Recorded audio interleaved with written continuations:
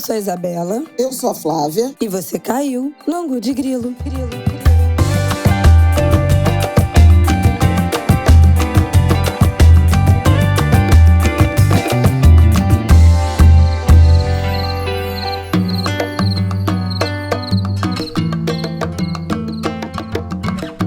Olá, Angulers! As vozes estão péssimas. Hoje vai ser Não, gente, olha, hoje vai ser um Angu ASMR. Porque eu estou completamente sem voz. Você pode achar, por que, Isabela, você foi no desfile da Beija-Flor, no mini desfile, na cidade do samba, e gritou muito? Não, gente, eu já estava sem voz. Porque eu peguei um resfriado semana passada. Quando eu fiquei boa, a minha voz sumiu. Então eu estou o final de semana inteiro lutando contra, tomando água, fazendo os meus exercícios para atravessar essa rouquidão. Então, conto com a compreensão de vocês nesse Angu de Grilo. E aí, Flavião, tudo bem? Boa terça-feira. Eu fui a Beija-Flor mesmo.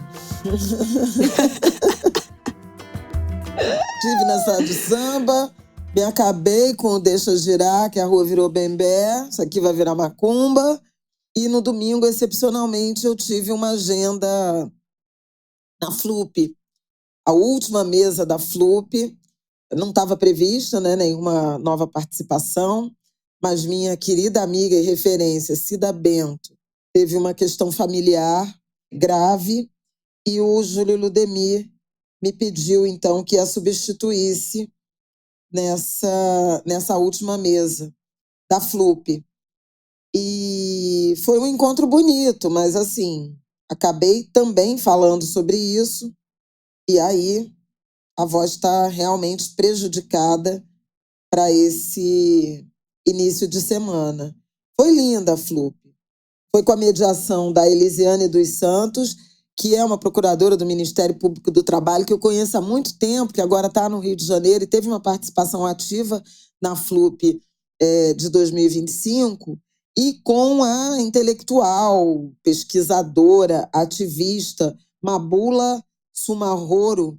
Ela é marfinense, nasceu na Costa do Marfim, foi criada na França, Costa do Marfim, que foi uma colônia francesa, e uma mulher negra. E a conversa foi muito bonita, porque nós descobrimos interseções, convergências nas nossas histórias sobre, enfim, ser mulher negra, experimentar mobilidade social, acessar a educação. Foi bem bonito o encontro, muito amoroso. Antes tinha tido uma mesa com a Conceição Evaristo, que foi homenageada da FLUP, e participou de mesas todos os dias, teve em todas as festas.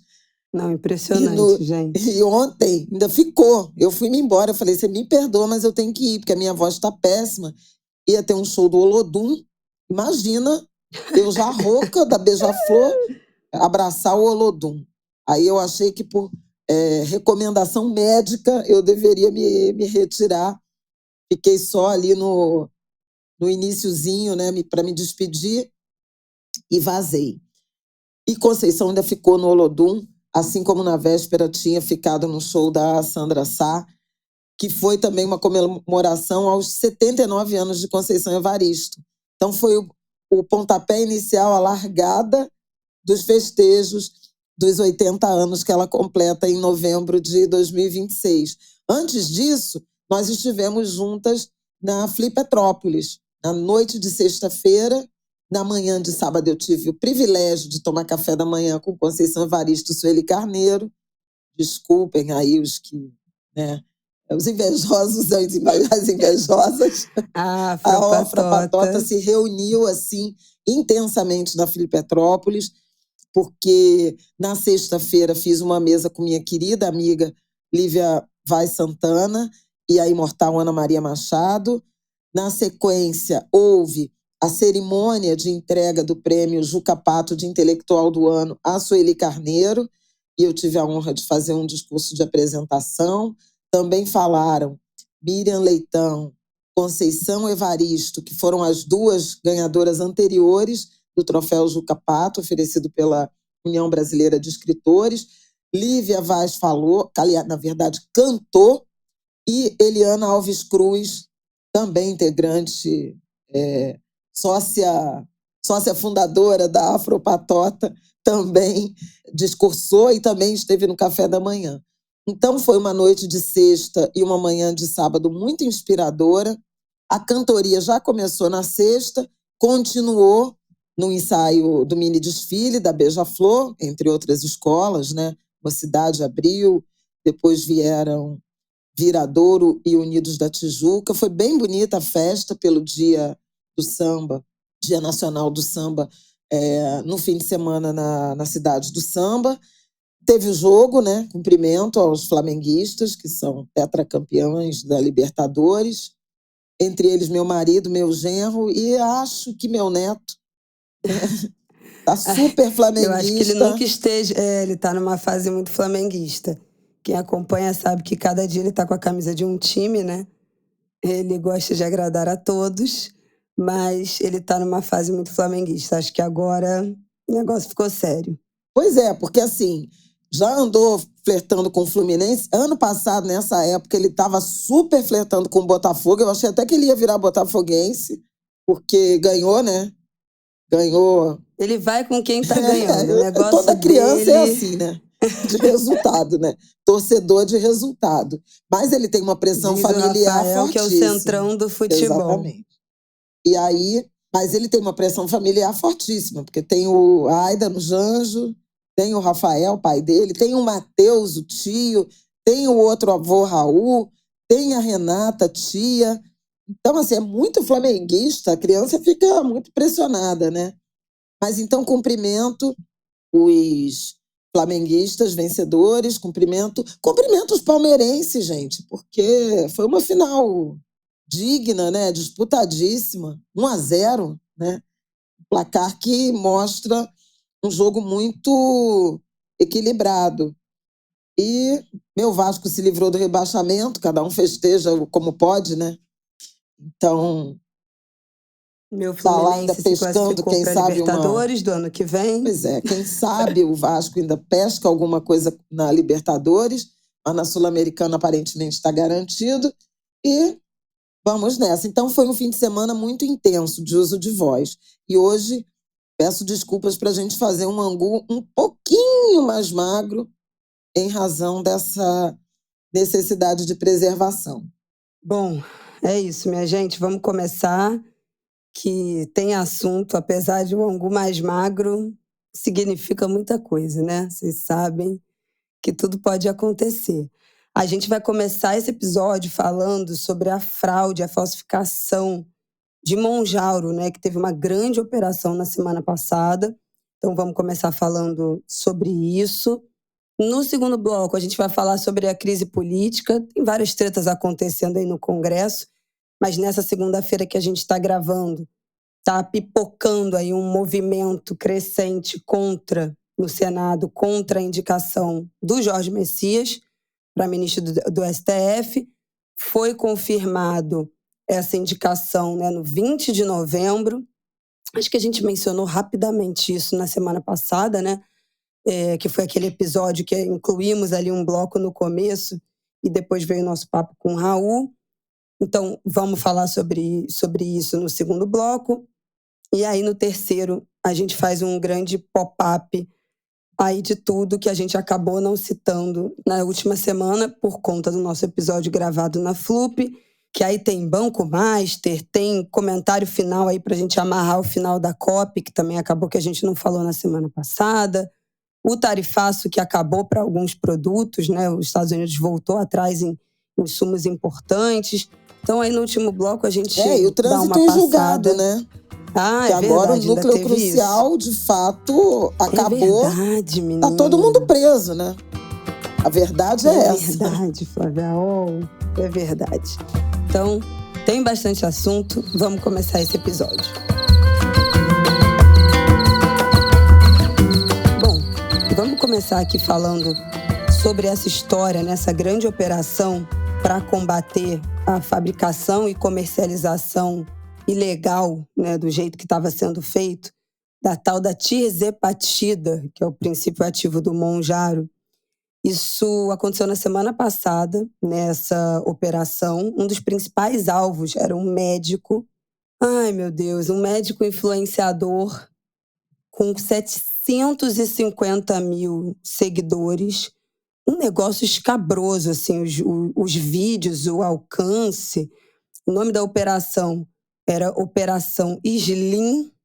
E esse médico, Gabriel da Silva Almeida, ele foi o principal, né, apontado e investigado dessa operação, que investiga a fabricação ilegal desse medicamento por uma farmacêutica, um laboratório, né, de manipulação, mas que inclui uma rede extensa, né, de ilegalidades. Bom, acho que vale começar a gente falar, né, sobre esse assunto do Monjaro, das canetas emagrecedoras. Obviamente, fazendo aqui um disclaimer de que, gente, caneta emagrecedora, esse tipo de medicamento, né, como Ozempic, Monjaro, Wegovy, vários, são medicamentos que necessitam de acompanhamento não somente médico, mas multidisciplinar. São medicamentos que provocam, né, alterações grandes no funcionamento do corpo, né, em como a gente percebe, as pessoas, né, que usam esse medicamento percebem o funcionamento, a sensação de saciedade, a fome ou a falta de fome, a disposição.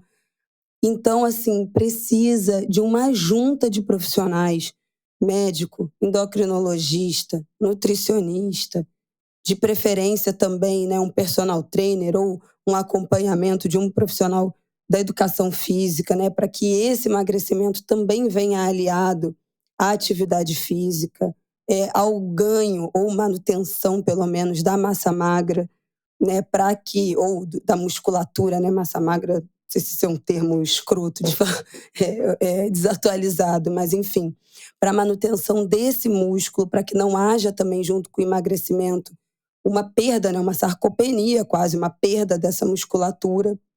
Isso é uma coisa que a gente tem visto, inclusive, em muitos famosos que fizeram uso desses medicamentos, acabaram perdendo muita massa magra e ficam com um corpo completamente desproporcional, disforme, com uma aparência de fragilidade, né, com uma expressão de cansaço, né, quase de abatimento, porque é uma medicação que promove um emagrecimento muito rápido, muito acelerado.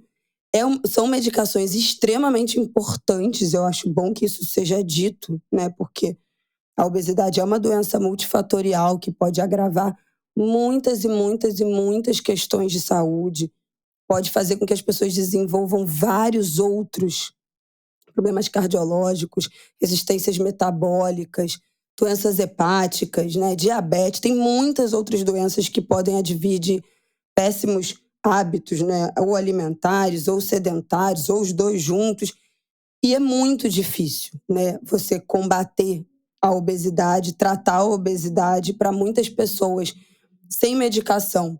Não vai ser possível, né, porque tem um componente não só fisiológico, mas emocional muito grande relacionado a você conseguir sair da inércia, sair de um estado que você esteja ou mental ou fisiológico para fazer uma atividade física. Tem um componente psicológico, emocional imenso relacionado a comer, porque comer não é só ingerir calorias, comer é emoção, é emocional, é memória, é história, é contexto. Então, existe muito o comer emocional, o comer, engolir as suas emoções, a compulsão alimentar, o você descontar suas emoções, questões várias, infinitas em relação à sua vida na comida. Então, assim, são muitas questões, inclusive psicológicas, que envolvem o emagrecimento, né? Não é só força de vontade. Então, eu quero começar falando isso, que essas medicações são extremamente importantes quando bem indicadas, quando acompanhadas, né, de equipes multidisciplinares.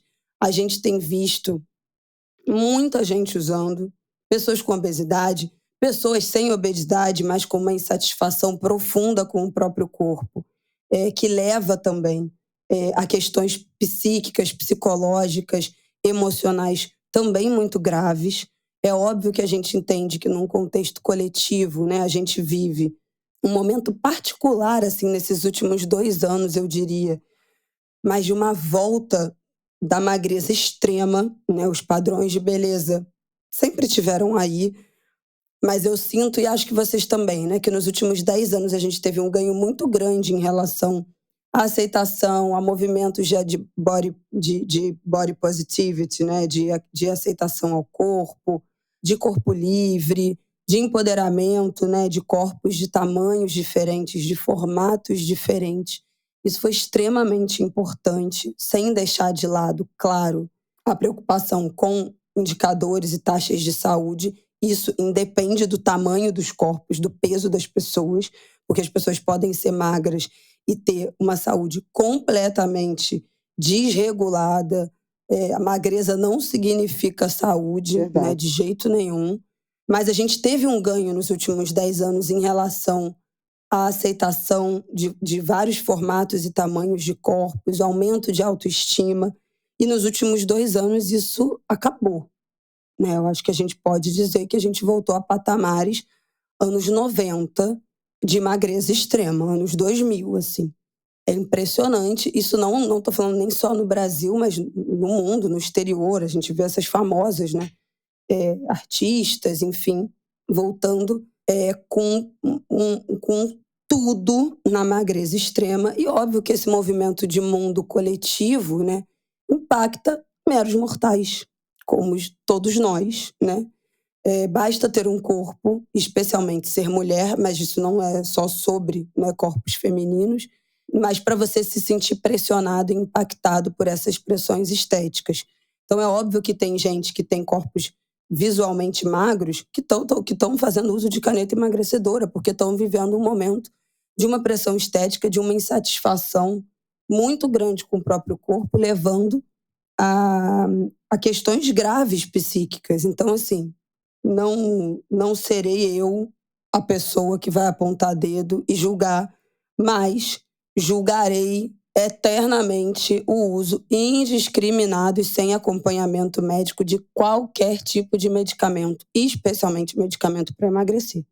Porque esses, assim como todos, mas esses precisam sim de uma equipe multidisciplinar, atenta, cuidadosa, e que não aumente o nível de pressão estética e de resultado e de emagrecimento em cima desse paciente. E é isso que tem acontecido nas redes sociais. Porque a gente está vendo um monte de médico, alguns sequer com especialização, com registro, né, de especialização, com RQE, que ninguém nunca vai me convencer de que isso não é importante, né? Mas, enfim.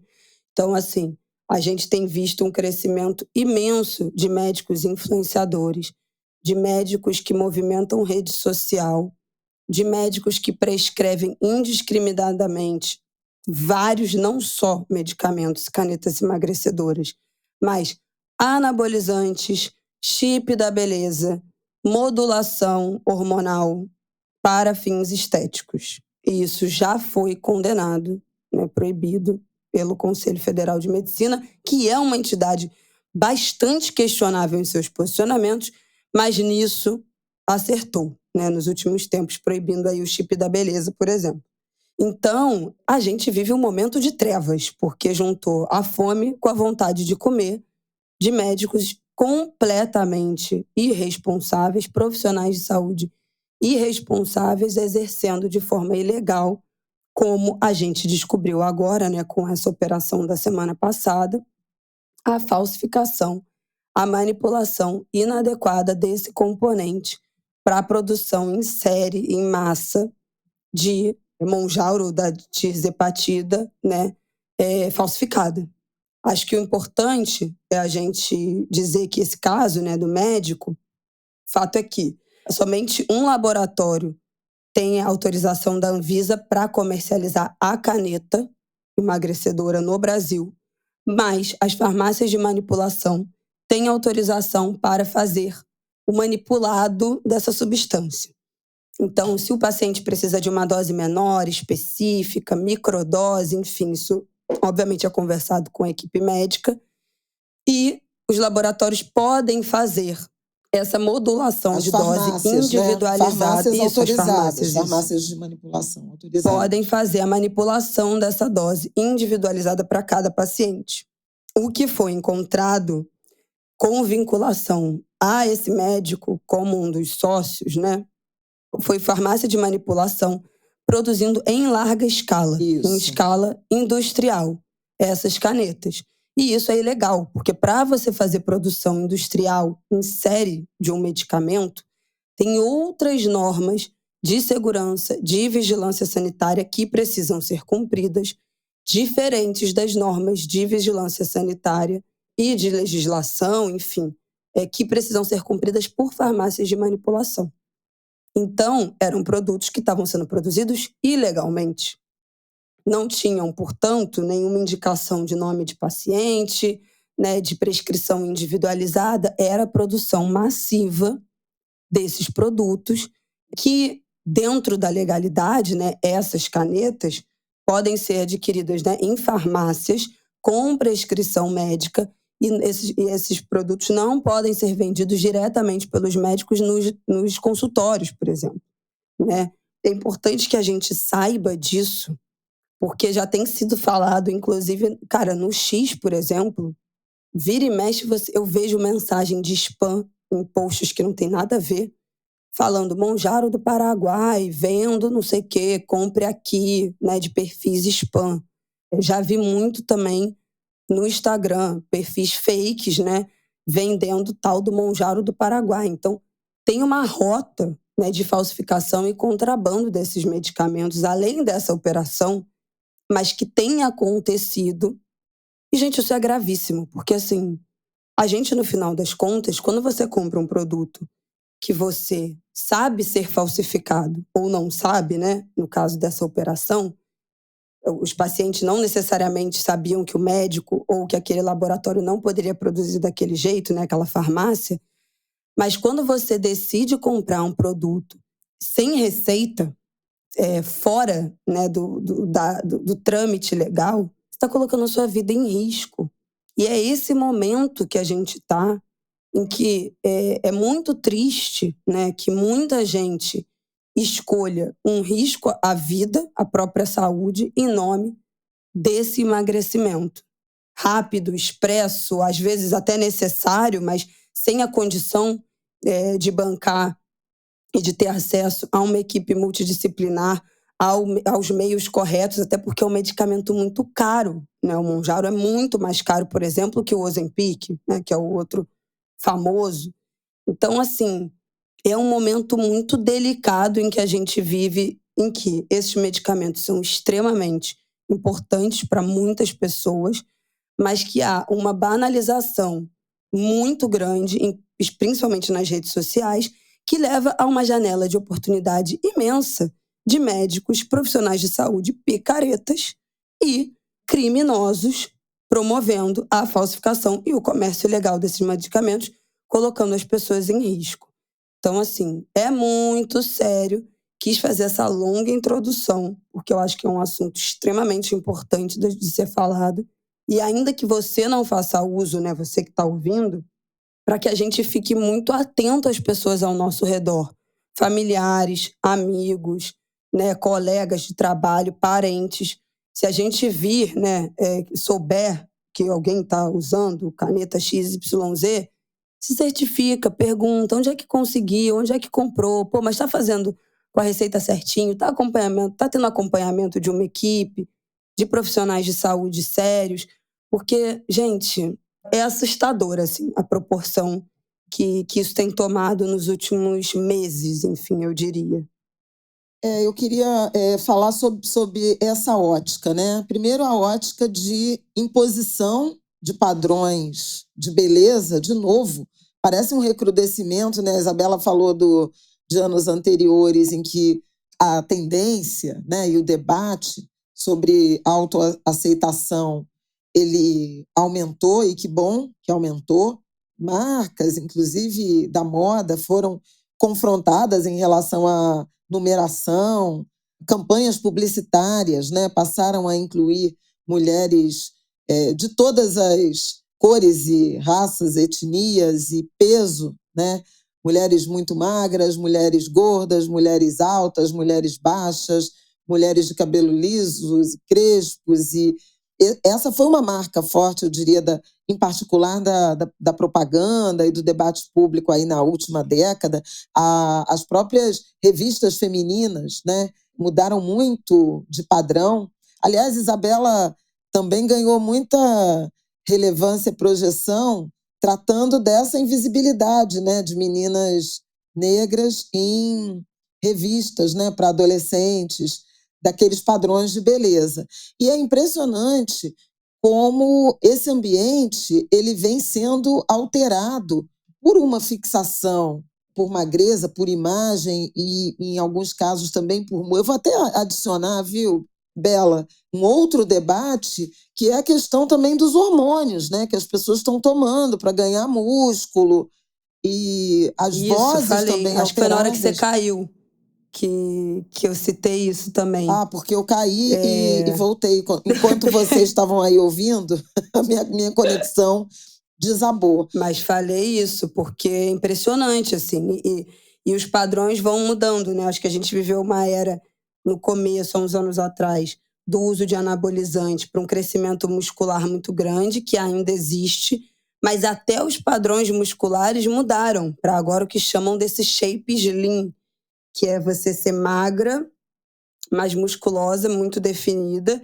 e tem uma nova onda de uso de anabolizante. E aí, gente, dentro de anabolizante entra tudo, né, que eu tô falando. Modulação hormonal, chip da beleza, gestrinona, enfim. Para diminuição de pace de corrida. Então as pessoas estão tomando hormônio e bomba, seja lá como você queira chamar, para correr mais rápido. Pessoas amadoras, pessoas que não são profissionais disso, até porque, né, se fosse, não, né, tem também questões de doping, mas cara, é inacreditável o ponto que a gente está chegando desse culto à performance. Mas, enfim, continua. Não, então eu queria entrar nesses dois fazendo essa análise de uma onda inversa na direção de padrões físicos, seja de magreza barra beleza, seja de exibição de músculos ou de rendimento, que tem provocado práticas nada saudáveis e certamente trarão prejuízos à saúde individualmente, eventualmente na convivência familiar, nas relações sociais, mas na própria saúde pública. Há questões de saúde pública, há questões de preocupação pelo setor público também se avolumando em relação a esse novo padrão, a essa nova pressão. Então, as pessoas estão com acompanhamento médico ou não, em alguma medida, desenvolvendo obsessões por esse tipo de medicação para ficar mais magro. Com acompanhamento médico, dieta equilibrada, exercício, ok, porque são medicações que se desenvolveram na direção de aplacar doenças sérias, e a Isabela já falou aí do diabetes, da questão da obesidade. Agora, há intervenções desse tipo que estão sendo feitas por questões meramente estéticas e pela dificuldade que as pessoas têm em emagrecer com métodos naturais. Então, tem que perguntar, quero ou preciso emagrecer? E uma vez respondida essa pergunta, de que forma, que caminho que eu vou seguir para alcançar essa meta? Agora, o problema e isso se torna uma questão de saúde pública, quando você tem essa cadeia criminosa se alastrando Brasil afora em razão desse estímulo. E todos eles passam pelas redes sociais, né? Você vê a oferta das canetas, você vê a oferta de hormônios, você vê médicos, né, antiéticos. O médico que foi acusado, que é suspeito, né, da operação da semana passada, nega, por óbvio, né, ele nega a participação, e é bom a gente deixar esse registro, mas há casos, inclusive, de exercício ilegal da medicina, de gente oferecendo esse tipo de medicamento. Eu conversei na semana passada, até para falar desse assunto na Globo News, com o doutor Luiz Fernando Correia, que é um médico, ele é comentarista, né? Já foi na TV Globo, é comentarista na Rádio CBN, do Saúde em Foco, e ele demonstrou na conversa uma preocupação imensa com esse ambiente. Primeiro porque há um medicamento que foi fiscalizado, supervisionado, autorizado pela Anvisa e que, portanto, minimamente, né, em razão de ser um medicamento regulado, cumpre. Primeiro, o que tem dentro dele é possível aferir, né? Passou por uma fiscalização e a legislação garante a segurança na produção, na oferta desse medicamento. O que está acontecendo agora é que não necessariamente, em alguns casos, de jeito nenhum, isso está sendo respeitado. Então, você tem farmácias de manipulação que têm autorização para apresentar fórmulas, quantidades, medidas diferentes em razão de condições específicas dos seus pacientes, mas isso é uma brecha da legislação, uma permissão da legislação que foi arrombada por uma cadeia criminosa. E aí, como você não tem o acesso não só ao componente, né, ao material biológico que forma essa medicação, e há uma autorização para uma importação na forma sintética, mas talvez não na escala do que está se observando, é razoável desconfiar e talvez afirmar que as pessoas não sabem o que estão aplicando quando adquirem essa fórmula livre, né, das canetas emagrecedoras. Então, pode não ser o que vocês estão pensando que o que se está injetando. Pode ser uma livre composição que inclua o inibidor de apetite, uma fórmula própria, sem nenhum tipo de regulação, de autorização da Agência de Vigilância Sanitária. Obviamente que essa medicação falsificada, ela custa menos, né? Ela é muito mais barata que a medicação tradicional, que, inclusive, segundo o doutor Luiz me explicou, é vendida com uma imensa exigência em termos de conservação, porque ela não pode, tem que estar congelada, gelada, enfim, tem uma temperatura específica, é vendida num isopor, transportada num isopor. No caso dessas fórmulas, né, fracionadas, autorizadas, tem que ter aplicação em clínica, em ambulatório, em consultório. Não é você compra e se aplica. As pessoas estão efetivamente correndo risco, né, riscos imensos à saúde por estarem consumindo, e é isso. É medicação falsa. Não se trata de uma fórmula manipulada por um médico quase sempre, e o risco que ele faz, alarmante até em alguma medida, é isso. Prestem atenção, porque vocês podem estar sendo enganados. Isso, obviamente, se espalha pelas classes média, média-baixa e, eventualmente, sacrifícios de outras classes sociais mais pobres. E a gente já viu esse filme com lipoaspiração, né?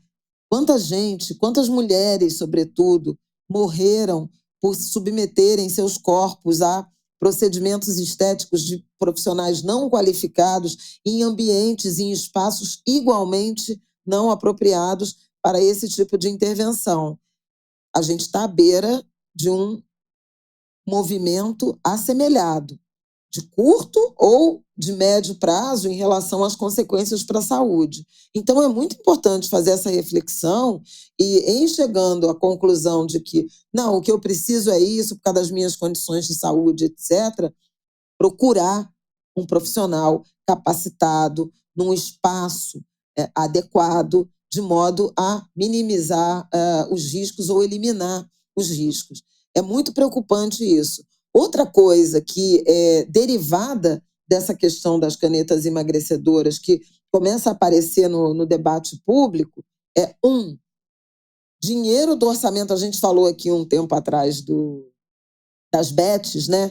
De quanto essa multiplicação, né? E até um certo vício nas apostas, né? Nos sites de apostas, nos aplicativos de apostas, como ele está sorvendo dinheiro das famílias, dos trabalhadores e, em alguma medida, produzindo endividamento, produzindo redução de consumo, produzindo até privação, né, em alguns casos. Isso começa a ser identificado também no caso das canetas emagrecedoras. Gente pegando dinheiro que seria para outro tipo de consumo, roupa, calçado, aluguel, contas, eventualmente até alimentação, para comprar essas canetas, legais ou não. Então, esse é um ponto. O ponto do impacto na saúde pública, na medida em que as pessoas consumam esse tipo de medicamento, sobretudo o falsificado, e tenha consequências à saúde, como a gente vê em tantas outras situações. E tem uma questão ambiental que já se apresenta, que é o descarte dessas canetas, porque isso é lixo, né? Hospitalar, né? Biológico. Precisa de um descarte adequado e não necessariamente há esse descarte adequado. Então, já começa a preocupar não só no Brasil, né? Mas mundo afora, porque esses dispositivos, eles não podem ser jogados, né, despejados no lixo comum, nem a caneta, nem a agulha. Então, não deve estar no lixo doméstico ou no reciclável. Tem que ser um ambiente, um recipiente próprio para isso, para materiais perfluocortantes. Então, assim como a gente descarta vidro, põe numa garrafa PET para avisar que tem ali um material cortante, ou você tem um material, um recipiente específico, ou tem que descartar do mesmo modo que se descarta vidro, outras coisas. Se o laboratório não ofereceu essa possibilidade de logística reversa, de você encaminhar um ponto de coleta, ou o profissional de saúde fazê-lo ao aplicar, é importante que se devolva essas canetas em ambientes que tenham condição de fazer o descarte adequado. Então, eventualmente, farmácia, posto de saúde, unidades de saúde que tenham, né, programas de coleta para medicamentos e, de modo alguma, reutilizar. Agora, o laboratório que está regulamentado, que tem licença para produzir e vender, obviamente, tem uma estrutura de logística reversa para esse tipo de material. A Isabela mencionou a caneta, o Monjaro do Paraguai. Você acha que alguém está preocupado com isso? Então, essas coisas estão indo para o lixo, estão indo para a água, estão indo para o esgoto, que vai dar no mar, que vai dar nas redes de água pluviais.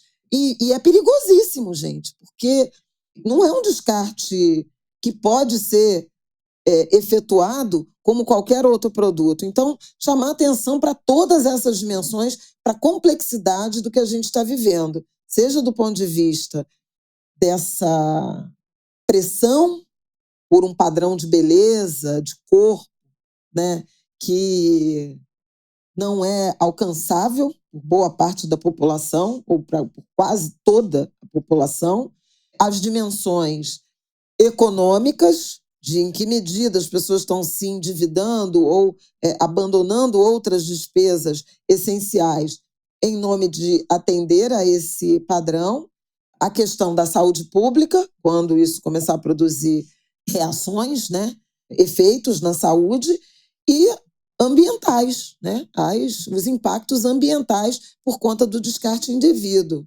Eu já soube de casos de medicação, não essa especificamente, mas de amigos que tiveram tremores, taquicardia, depressão, pensamentos de autoextermínio. Então é muito grave. Você não pode fazer isso sem um mínimo de acompanhamento por um profissional de saúde responsável. É isso. Acho que a principal mensagem que a gente queria passar é essa, porque, enfim, essa operação acho que só descortinou, né, uma coisa que já vem acontecendo, que diz respeito a novas práticas de exercício antiético e ilegal em alguns momentos da medicina, e também que tem acontecido das pessoas cada vez mais dispostas a, infelizmente, arriscar, né, a própria saúde, o próprio bem-estar, em nome de conseguir de forma mais barata e mais fácil essas medicações. Então, gente, todo cuidado é pouco. E, óbvio, por favor, procurem sempre profissionais, especialistas, sérios, né, com registro. Confiram lá no site do CFM, Conselho Federal de Medicina, o registro, peçam indicações, vejam se as práticas desses profissionais estão aliadas, né, a boas práticas médicas, a recomendações dos conselhos. Então, assim, estejam atentos, todo cuidado é pouco, não aceitem ou mergulhem ou se iludam, né, com resultados milagrosos, rápidos, perca 15 quilos em um mês. Então, assim, é muito, muito, muito cuidado mesmo com os profissionais que a gente procura, especialmente a gente que é leigo, né? Então a gente fica muito vulnerável na mão dos médicos. Então, realmente, todo cuidado é pouco. Vamos para o nosso próximo bloco, Flávia, que eu quero que você me explique que bafafá é esse que tá rolando. Bom, vamos falar aqui da crise política? Nossa, me dá até um déjà vu, porque realmente tá aí uma expressão que a gente repete. Mas nessa segunda-feira que estamos gravando, o quiprocó que está tomando noticiário é que talvez pela primeira vez o Senado não... Como é a palavra, meu Deus? Meu Deus, eu e minha memória. Não é legitime, não. Aprove. É um sinônimo desses, não é isso que eu queria falar exatamente, a indicação do Jorge Messias para o STF, reitere, também não era isso, para o STF. Vocês sabem, a gente já falou isso aqui no Angu outras vezes. Ratifique, né? A indicação após sabatina. Eu acho que era isso, Flávia, eu acho que era isso. Vocês sabem que a prática, né, da indicação pelo presidente da República ao ministro do STF, ela nunca é contestada e nunca foi barrada pelo Senado. É uma votação, uma sabatina muito mais simbólica, mas talvez pela primeira vez está sendo levantado hoje esse kikiki de que há chance real de Jorge Messias não ser aprovado na votação do Senado, né, para tomar posse como ministro do STF. E isso estaria acontecendo porque Alcolumbre, presidente do Senado, preferia Rodrigo Pacheco, a indicação, né, de Rodrigo Pacheco. A gente falou aqui na época dos nomes que estavam sendo cotados, preferia o nome de Rodrigo Pacheco, presidente da Câmara, e aí por isso gerou esse tensionamento. Acho que tem até uma declaração do Dino falando que não vou me pronunciar por enquanto, porque disse que que a indicação do Messias é assunto politicamente controvertido e por isso não comentou, vai esperar a apreciação do Senado e depois disso ele se manifesta se for cabível. Bom, e aí hoje a tensão é essa. Queria que Flávia explicasse, falasse se essa chance realmente existe, porque jamais aconteceu, né, de uma indicação de ministro não ser aceita pelo Senado, e quais são as outras crises também por trás dessa, porque não é só essa crise política aí que está rolando no Congresso. Bom, primeiro eu acho que é importante a gente observar, né, que a relação do governo Lula 3 com o Congresso, ela é uma relação tensa desde a origem, porque o Congresso é um Congresso conservador, dominado pelo Centrão, e o campo progressista, o campo da esquerda, que forma assim uma base mais alinhada com o governo, seja do ponto de vista, inclusive do ponto de vista ideológico, não exatamente do ponto de vista pragmático, ela é mínima, né? É uma centena, 150, 140 votos. Então, o governo realmente não tem nenhum tipo de conforto na relação com o Congresso. Então, as negociações são sempre duras, envolvem liberação de emendas, envolvem muitos diálogos, muita concessão. Essa relação ela é particularmente tensa na Câmara dos Deputados, um pouco mais amistosa no Senado, até as últimas semanas.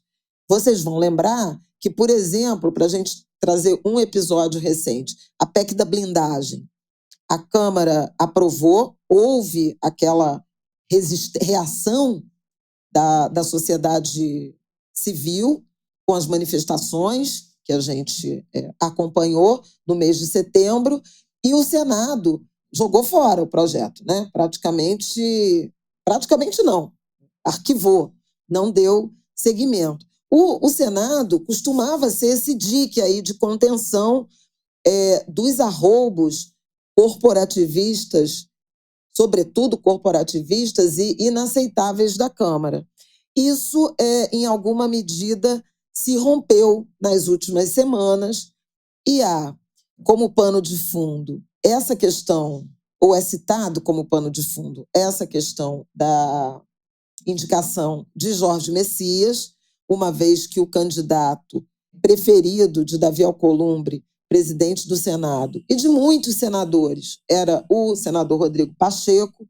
Há um sentimento na casa de que as indicações de Lula desse mandato, em particular de Flávio Dino, ela se reverteu em, digamos assim, prejuízos para deputados e senadores, porque há um ambiente para esses parlamentares de perseguição a parlamentares. E aí a gente vai cair naquele debate sobre as emendas parlamentares e a exigência do Flávio Dino de cumprimento dos princípios de transparência, rastreabilidade e eficácia. Essa queda de braço, ela existe. Houve alertas, né, às duas casas em relação a um número muito grande de parlamentares, fala-se em 80 entre deputados e senadores, que estariam envolvidos em irregularidades na distribuição de emendas e, por isso, havia pedidos de investigação no Supremo Tribunal Federal, que é o foro, né, a prerrogativa de foro dos parlamentares. Já houve algumas operações com relatores tão diversos quanto Flávio Dino e Nunes Marques, Brasil afora.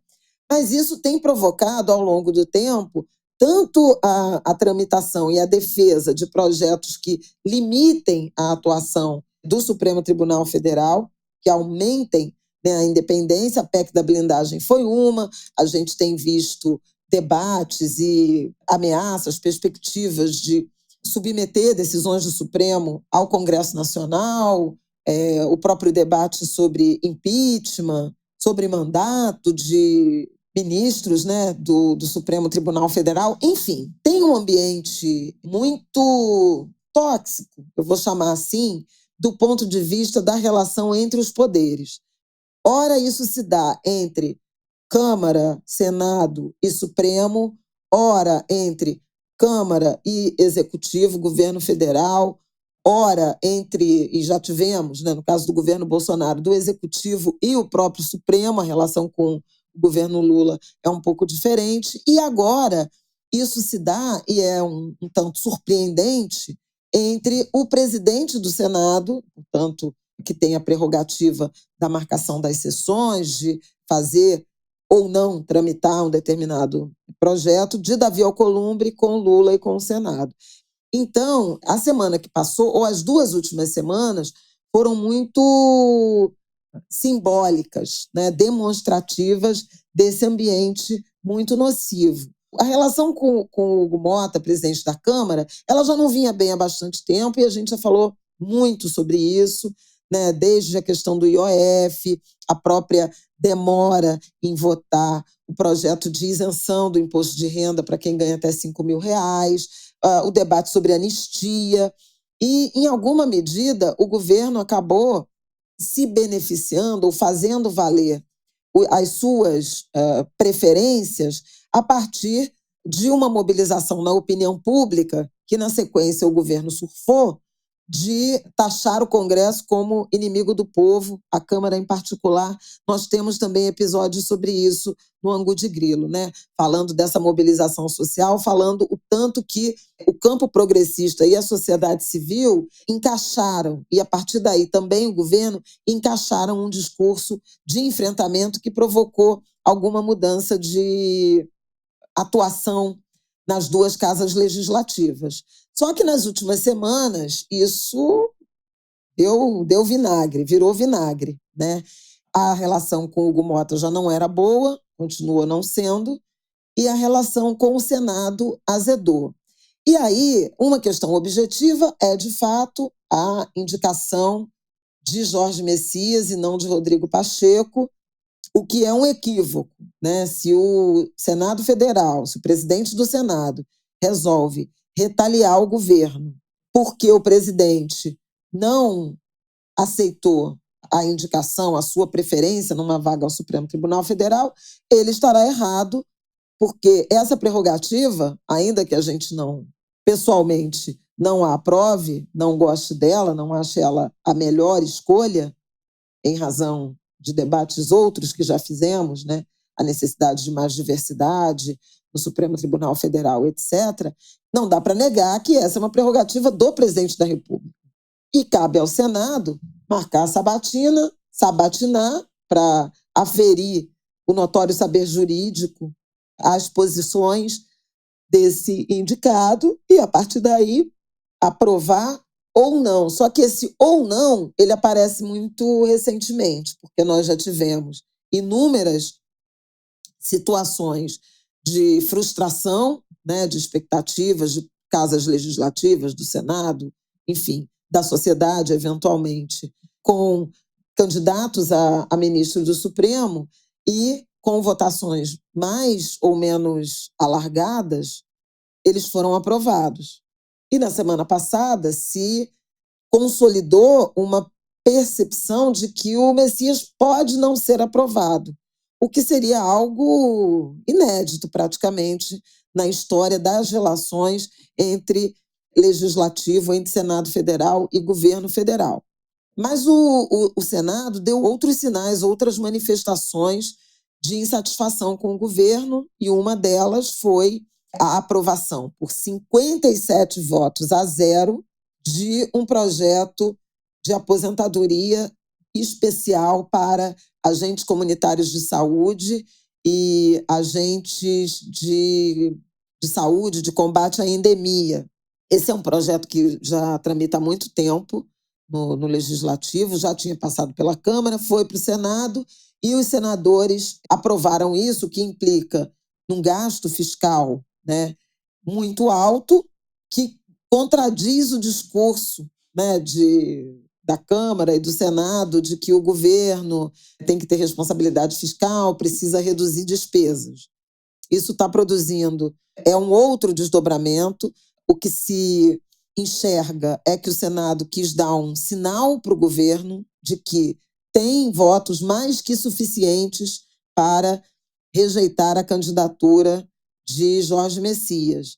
O Messias precisa de 41 dos 81 senadores, o voto de 41 dos 81 senadores para se tornar ministro do Supremo Tribunal Federal após a sabatina, e esse projeto dos agentes de saúde foi aprovado no Senado por 57 votos a 0 e acho que 2 abstenções. Ou seja, foi uma demonstração de força. Aqui, o ministro da Fazenda, Fernando Haddad, contrapôs com a ideia de, buscar espaço fiscal para acomodar uma despesa que pode chegar, nos próximos 3 anos, a 11 bilhões de reais, em uma década em 40 bi. Haddad sinalizou, tanto com uma negociação do ponto de vista da lei orçamentária do ano que vem, para ver de onde se tira recursos para dar conta desses benefícios, se assim Câmara e Senado decidirem, o Senado já decidiu, o projeto está na Câmara, ou acionou, sinalizou com uma judicialização, posto que há em tramitação no Supremo Tribunal Federal uma ação que envolve desoneração da folha, mas que os ministros caminham para formar maioria com a seguinte interpretação: nenhum dos poderes podem criar despesas sem apresentar a fonte de receita. E foi o que aconteceu. Então, tem uma perspectiva de judicialização que eu sempre considero muito ruim, porque acho que não é a justiça que tem que decidir coisas que cabem à política. Mas é absolutamente abominável que o Senado Federal aprove uma decisão, um gasto público desse montante, não porque considera uma proposta de mérito na direção dos agentes de saúde, mas porque quer desidratar, atacar, fragilizar o governo, inclusive do ponto de vista fiscal, no ano de 2026, que é o ano de eleição. Então, é muito também desse centrão se posicionando na direção de acuar, né, o governo Lula às vésperas aí da campanha eleitoral de 2026. Além disso, houve também, passada a COP30, uma sessão de derrubada de vetos, uma sessão conjunta do Congresso Nacional, em que praticamente todos, né, naquele primeiro dia, 52 ou 53 dos 63 vetos apresentados pelo Lula naquele pacote chamado PL da devastação, o marco legal de legislação, novo marco, né, de legislação ambiental. Isso foi considerado uma tragédia do ponto de vista da estrutura, do sistema de proteção ao meio ambiente. A ministra Marina chamou atenção para isso antes e depois da votação, ministra Marina Silva. Organizações ambientais também. O Observatório do Clima, em nota, chegou a dizer que é o maior retrocesso legislativo desde o Plano Nacional de Meio Ambiente de 1981. Então, o maior retrocesso em 44 anos. Isso porque há uma flexibilização exagerada dos mecanismos de licenciamento ambiental, há uma liberação, né, para autolicenciamento em projetos, empreendimentos de médio porte, que são 90% dos licenciamentos nos estados. Há uma previsão de autonomia para estados e municípios fixarem regras, o que quebra, né, a espinha dorsal de um sistema nacional, que, obviamente, ele é amplo, ele é integrado, entre outras mudanças, né? Autolicenciamento, implantação de projetos sem precisar consultar comunidades quilombolas, ribeirinhas ou indígenas que não estejam ainda demarcadas, tituladas, e é a maioria.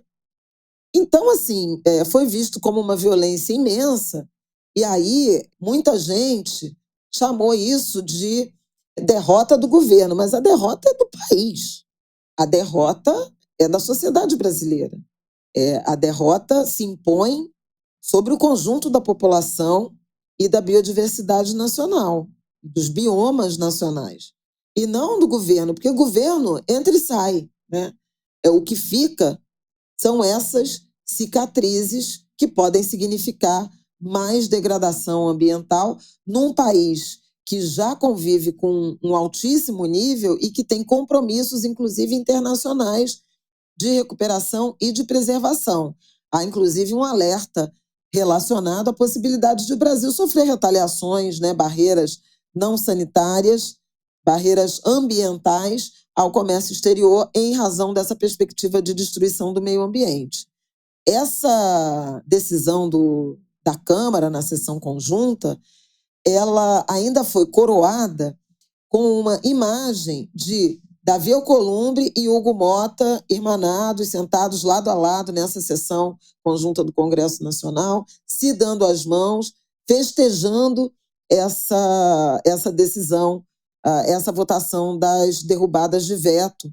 E eu achei muito, muito simbólica, muito curiosa essa demonstração de alinhamento, que foi também interpretada como um sinal, né, para o governo de que eles estão, portanto, irmanados contra a presidência da República, o governo federal, e em contraste com o dia anterior, que eu acho que foi a terça-feira da semana que passou, quando houve a cerimônia no Palácio do Planalto em que o Lula sancionou a isenção do IR.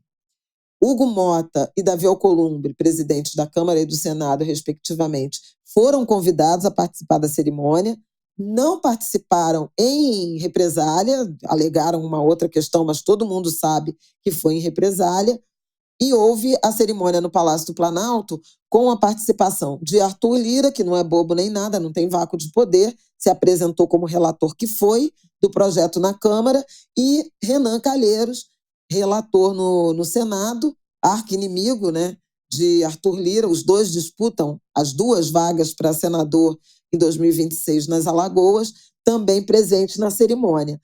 Então, veja, Hugo Mota e Davi Alcolumbre abriram mão de estar na cerimônia, portanto, na foto e na possibilidade de discurso de uma agenda altamente popular, que era a do projeto de isenção do imposto de renda, que inclusive mereceu pronunciamento em cadeia de rádio e TV de Lula no domingo, 30 de novembro, preferiram se ausentar dessa agenda de altíssima aprovação e se irmanar na agenda de derrubada dos vetos do PL da devastação, do projeto da devastação, naquela sessão conjunta, que vem sendo interpretado como uma grande violência, um grande ataque, um grande desmonte do arcabouço de proteção ambiental brasileiro.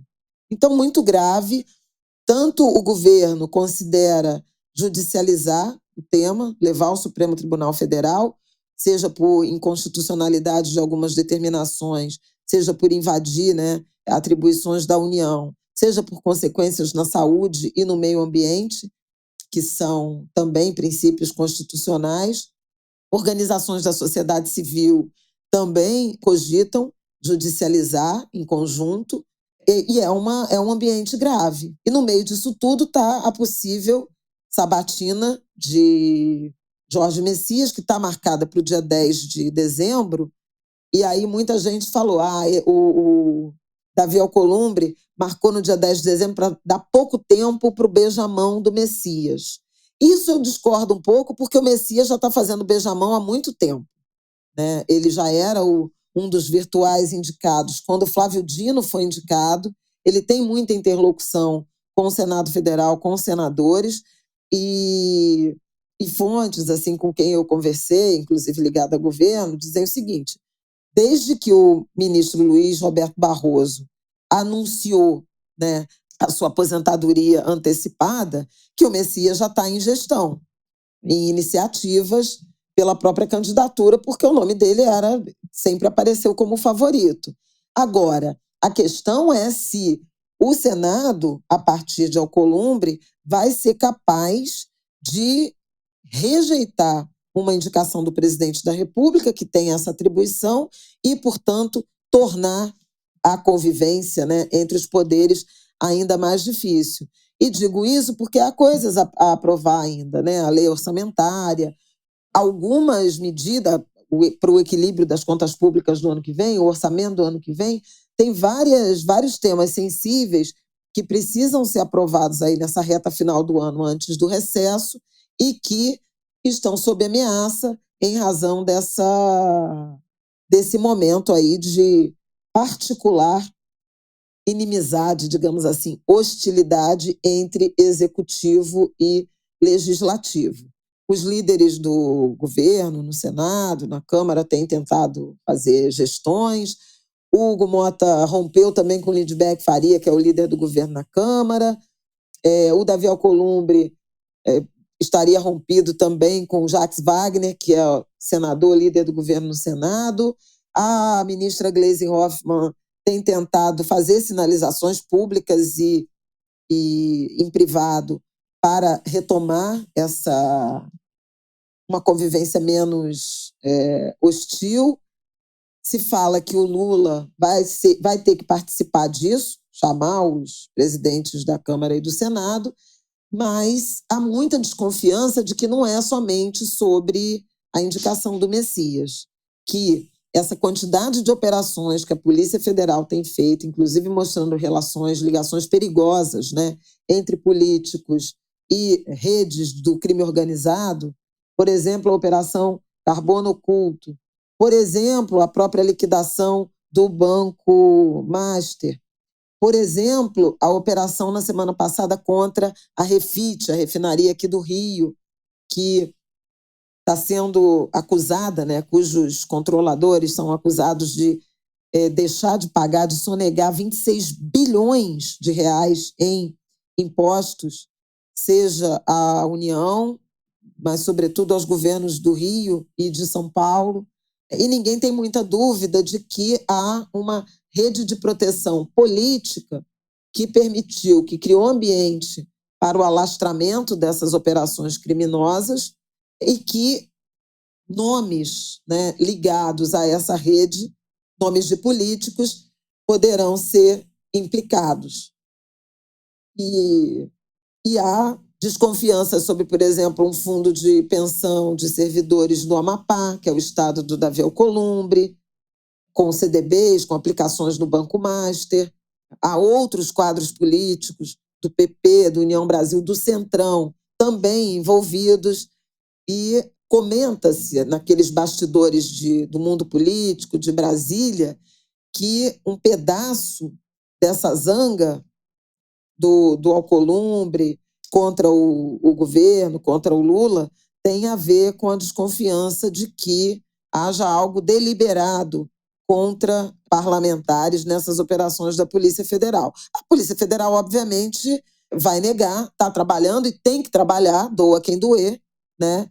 Mas, em alguma medida, o governo paga um preço e a sociedade paga um preço mais alto ainda. Eu acho que é isso que é importante de a gente pontuar aqui. O Messias tem buscado se reunir com senadores, tem uma mobilização de boa parte da bancada evangélica na direção dessa candidatura. Nós mencionamos aqui, eu acho, quando ele foi indicado, né, que o André Mendonça, que já é ministro do Supremo, indicado pelo Bolsonaro e pastor, também religioso, fez nota pública de apoio, elogiando o Lula pela indicação.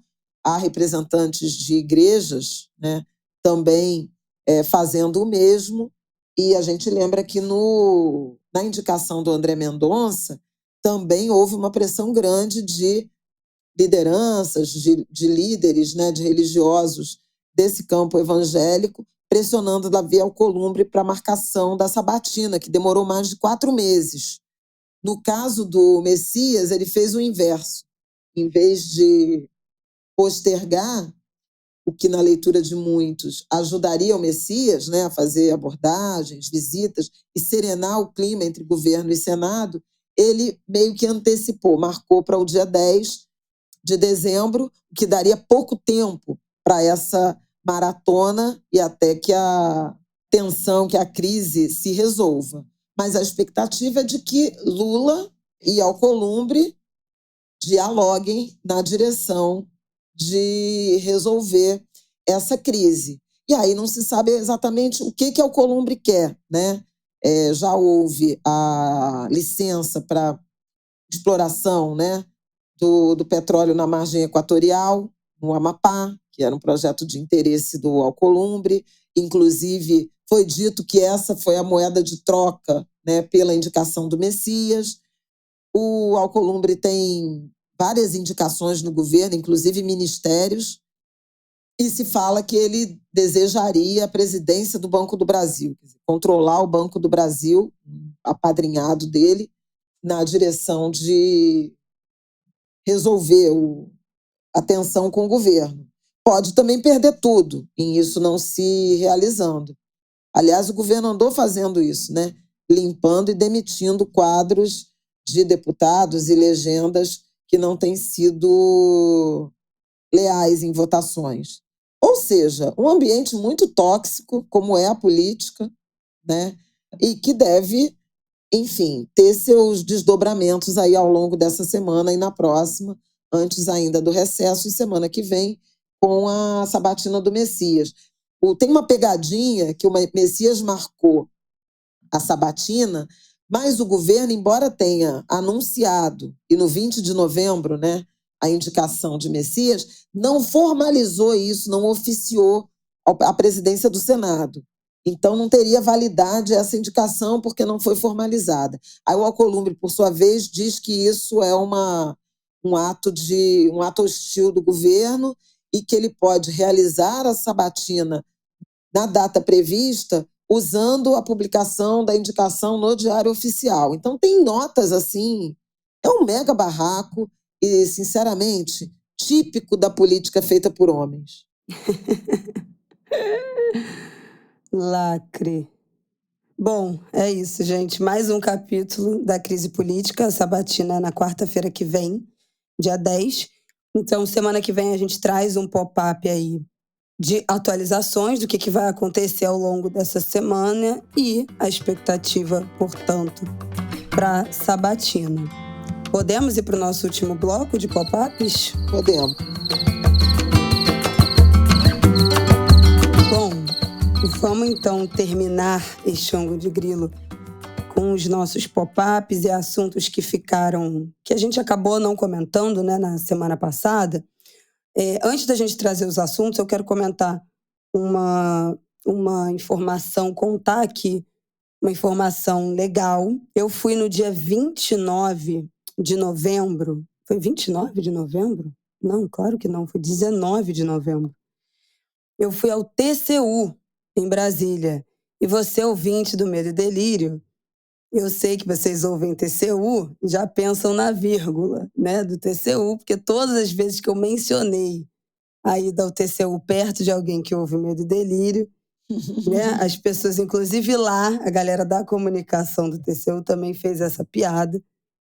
Mas eu tive lá, a convite do Redes Cordiais, uma organização de educação midiática que trata de melhores práticas de comportamento nas redes sociais e também tem trabalhado, né, junto com órgãos públicos para fazer essa ponte entre, por exemplo, né, o TCU e a população. E a gente foi lá para conhecer uma iniciativa do TCU que começou nesse ano de 2025 e já foi renovada e aberta para 2026. A iniciativa é uma campanha pública, uma consulta pública, em que eles selecionam alguns temas em que a população pode votar, indicar, comentar o que gostaria que o TCU fiscalizasse. E aí, os mais votados são distribuídos para os ministros do TCU e são, de fato, auditados, fiscalizados. Isso aconteceu em abril desse ano. E aí, no dia 19, quando eu fui, foi a sessão, a plenária aberta, foi transmitida também nas redes sociais, no YouTube, com os resultados das auditorias feitas pelos ministros, que houve, de fato, encontro de irregularidades, superfaturamento, má gestão de obra pública. E agora abriu-se a segunda consulta pública lá no site do TCU, com 5 grandes temas. Tá bem na capa, gente. Os 5 temas guarda-chuva são assistência a populações vulneráveis, serviços públicos essenciais, energia e conectividade, segurança pública e defesa, infraestrutura e logística. Dentro de cada um desses temas, você abre em outros temas.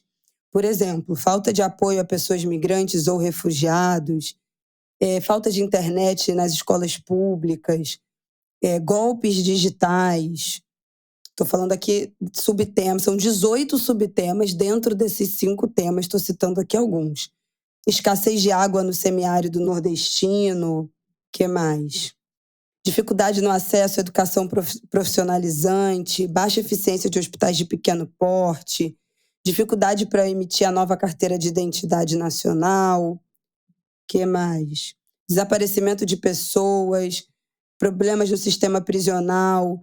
Bom, dentro desses temas, entre outros, vocês podem votar no que vocês consideram mais importante para o que o TCU fiscalize. Tem um campo de comentários.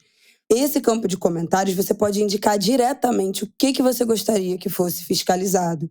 é uma ferramenta muito boa de mobilização de grupos. Então, se você trabalha numa organização social, numa associação, num instituto, num sindicato, e há uma movimentação coletiva, pode coletivamente fazer esses comentários, essa movimentação, porque isso abre os olhos de quem está lá do outro lado. A galera do TCU está muito aberta a essas sugestões, a essa aproximação com a população, porque o trabalho deles depende muito da gente, da nossa denúncia, do nosso olhar, da nossa ida a essa consulta pública, ou a ouvidoria do TCU, ou as redes sociais, né, solicitando, denunciando. Então, é uma tentativa deles, pelo segundo ano, de aproximação com a população. Eu e mais 13 influenciadores fomos lá, né, conhecer. Lembrando que ninguém ganhou cachê para isso, a gente só teve nossos custos de deslocamento pagos pelo Redes Cordiais, não teve nenhum destino de dinheiro público nessa visita, nesse projeto. E achei muito legal, a nossa conversa foi muito direta, muito aberta, estão todos muito disponíveis também ao diálogo aqui com o Angu de Grilo, a tirar dúvidas, a serem solicitados. Então, é isso que eu queria divulgar, essa consulta pública, para a gente se mobilizar e engajar antes da gente passar aí para os nossos pop-ups da semana. Bom, Flávia, o que mais que a gente tem para falar aqui? Acho que vale a gente falar do tarifaço, né, rapidamente. A gente já tinha falado aqui sobre a suspensão de algumas tarifas, mas ainda muito pouco, ainda não era suficiente, não era a meta, né, do Brasil dentro das conversas, das negociações. Mas, na quinta-feira, dia 20, as sobretaxas de 40%, aquela do tarifaço, foi removida completamente para parte, né, para determinados produtos agrícolas, e vão passar a valer, passaram já valendo. Já valendo. Já. Então, essa lista inclui café, vários itens, mas principalmente café, carne bovina, frutas e petróleo. E aí acho que chegamos, né, no lugar em que era a grande demanda, principalmente, a gente já tinha falado, né, que já tinha resolvido a manga, enfim, mas principalmente o café, a carne e as outras frutas, que era a grande pressão e a grande demanda. Algo a comentar, Flávia? Vitória, né, da diplomacia brasileira. Inclusive, gerou aquele texto foi no New York Times, que era Sim. o Brasil desafiou os Estados Unidos, o Brasil desafiou Trump e ganhou. Então, Brasil soberano. Eu acho que tem uma vitória, que é uma vitória que está muito relacionada também ao fato de que o impacto na inflação dos Estados Unidos foi evidente, como previsto, e isso tem mexido muito com a popularidade do Donald Trump, não para melhor, mas para pior, né? Ele alcançou no mês passado, né, de novembro, o menor índice de aprovação, abaixo de 40%, nesse segundo mandato dele. Então, obviamente que houve alertas, né, do ponto de vista da equipe, de consultores que o presidente americano tenha, na direção, sobretudo, do impacto da carne, do café, do suco de laranja, né? Foram itens cuja inflação subiu muito nos últimos meses e que tem uma participação muito grande da produção brasileira. Então, houve esse ponto. Na mensagem de Donald Trump, ele fala, né, do encontro com Lula, da conversa com o Lula, o que, obviamente, o governo capitalizou e vai poder capitalizar em favor próprio, mas ainda há questões em aberto, principalmente no que diz respeito a produtos industriais, né? Essa rede aí de itens que foram beneficiados com o recuo no tarifaço envolve principalmente itens básicos ou semi-manufaturados, com beneficiamento muito mínimo. Café solúvel, por exemplo, não estava na lista. E outros itens, máquinas, equipamentos, móveis, calçados. E essa indústria está sofrendo muito com a dependência que tem com os Estados Unidos, e a intenção do governo é manter esses diálogos, essas negociações na direção de também reduzir ou eliminar o tarifaço sobre esses itens. Aí se espera que os Estados Unidos façam algum tipo de exigência, de contrapartida. Isso porque tudo que aconteceu até agora, o Brasil não entregou nada, voltou atrás e não teve nenhuma exigência ao Brasil. Então, o que se observa é se, com essas negociações continuando e na direção de outros itens, de outros produtos, haverá algum tipo de pedido de contrapartida dos Estados Unidos. A questão do etanol sempre aparece. Obviamente que eles também têm interesses nas big techs, têm interesse, né, na relação Brasil-China, têm interesse nas terras raras, nos minerais críticos, podem exigir ou tentar avançar em negociações nessa direção. E há muita preocupação com a situação da América do Sul, da América Latina, né, sendo tratada aí como um quintal, relações praticamente rompidas dos Estados Unidos com a Colômbia, uma ameaça de intervenção em território venezuelano. Há uma apreensão muito grande sobre a forma como os Estados Unidos, o governo Trump, estão encarando a América do Sul nesse momento particular. Agora, sem dúvida alguma, a relação já esteve pior. E foram derrotas importantes para o bolsonarismo, para Eduardo Bolsonaro, para Jair Bolsonaro, para o seu campo. A gente lembra que Bolsonaro está preso, né? Não só foi condenado, não só o processo, desde que o Eduardo Bolsonaro inicia, né, o plano de pressão, né, de aliança com o governo americano na direção de influenciar no resultado, na tramitação, no julgamento, por anistia de Bolsonaro, incluindo sanções ao Brasil e a autoridades. Ele foi bem sucedido nos primeiros meses, mas de setembro para cá, desde o encontro de Lula e Trump na Assembleia Geral da ONU, e depois disso, nos encontros que tanto Lula e Trump já tiveram, um telefonema e um encontro em Kuala Lumpur, os encontros que Mauro Vieira, chanceler brasileiro, e Marco Rubio, secretário de Estado americano, tiveram, não houve mais referência à caça às bruxas contra Bolsonaro, não houve mais retaliações a autoridades brasileiras, não houve mais sanções, pelo contrário, o que houve foi retirada, né, do tarifaço, redução do tarifaço em vários outros produtos, e o Bolsonaro está preso praticamente 10 dias e não teve nenhum tipo de referência do Trump lá na semana passada. Eu acho até que a gente falou no Angu, né? O Trump falou meio que, que pena, né? Ainda não tinha transitado em julgado. Soltou só lamento.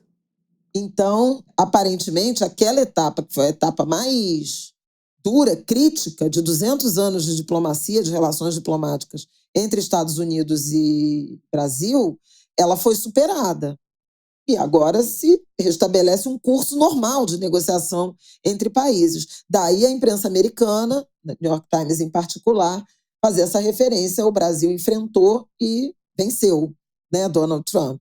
Agora, autoridades brasileiras veem dificuldade em rever, nesse contexto, as sanções a Alexandre de Moraes, por exemplo, que teve a Lei Magnitsky aplicada contra ele, contra a mulher, contra a empresa, né, o instituto que eles presidem, entre outros. Então, assim, o governo brasileiro tem interesse em adicionar esse debate, né, nas reivindicações, esses pedidos, né, essas reivindicações na negociação que continua, mas uma visão racional indica que tem mais chance de avançar no que diz respeito aos contenciosos comerciais do que nas sanções às autoridades. E ainda de pop-up, eu acho que essa semana a gente vai ver a decisão que Alexandre de Moraes deve tomar em relação a Augusto Heleno, porque na semana passada, depois da prisão de Bolsonaro naquele sábado 22 de novembro, né? Foi dia 22, simbolicamente dia 22. A prisão preventiva que tinha sido decretada em razão da vigília política marcada por Flávio Bolsonaro, da fuga de Ramagem, Alexandre Ramagem, deputado, ex-chefe da ABIN, que continua agora, né? Continua nos Estados Unidos e agora formalmente reconhecido como foragido da justiça, porque transitou em julgado. Depois da prisão de Bolsonaro e da tornozeleira, né, da tentativa de violação da tornozeleira, na terça-feira, dia 25 de novembro, aliás, dia da Marcha das Mulheres Negras por Reparação e Bem Viver lá em Brasília, houve o trânsito em julgado da ação penal 2668, que julgou o núcleo crucial. E todos estão presos, à exceção de Ramagem, todos estão presos. O general Braga Neto já estava preso no Rio de Janeiro, permaneceu. O almirante Garnier, ex-comandante da Marinha, está preso numa unidade da Marinha, unidade de rádio da Marinha, em Brasília. O general Augusto Heleno e o general Paulo Sérgio Nogueira, que foi Augusto Heleno, ex-chefe do Gabinete de Segurança Institucional, ministro, né, de Bolsonaro, Paulo Sérgio, ex-ministro da Defesa de Bolsonaro, presos no Comando Militar do Planalto.